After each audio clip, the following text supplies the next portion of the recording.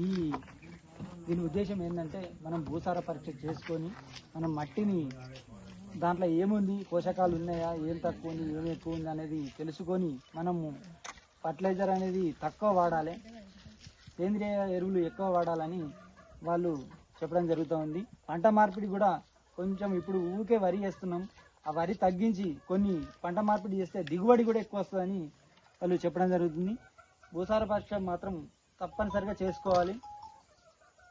రసాయన ఎరువులు మొత్తం తగ్గించాలి, సేంద్రియ ఎరువులు ఎక్కువ వాడాలి అనేది వాళ్ళు మంచి అవగాహన కల్పించారు. ఈ టెస్టులు కూడా రేపటి నుంచి స్టార్ట్ చేస్తారా మేడం? మేమే ఇవాళ మట్టి తీసుకొచ్చి ఇవ్వండి మీరు. మేమే ప్రతి ఒక్కరు భూసార పరీక్షలు మాత్రం చేయించుకోవాలి. దానికి ఒక పద్ధతి ఉంది, దాని ప్రకారం మట్టి తీసుకుంటారు వాళ్ళు. 10-15 ప్లేసుల్లో తీసుకొని కలుపుతారు, కలిపి తీసుకుంటారు. ఒక దగ్గర కాదు, ఒక దగ్గర కాదు, ప్రతి మడికి ఎంతో తీసుకుంటాం. అదే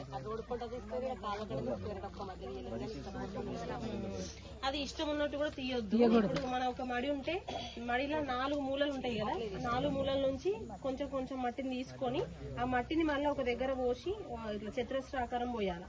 పోసి అందులో ఒక గీత గీయాల. అది ఎట్లా తీయాలా మీకు ఎప్పుడు ఏవో చెప్పలేరా? ఆపోజిట్ సైడ్ తీసుకొని 1/2 కిలో వచ్చేదాకా చేయాలి.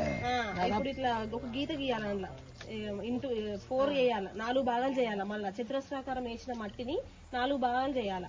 4 భాగాలు చేసి ఎదురుగా ఉన్న భాగాలు 2 తీసుకోవాలి. మళ్ళీ మిగతా ఎదురుగా భాగాలు ఉంటాయి కదా, అది తీసేయాలి.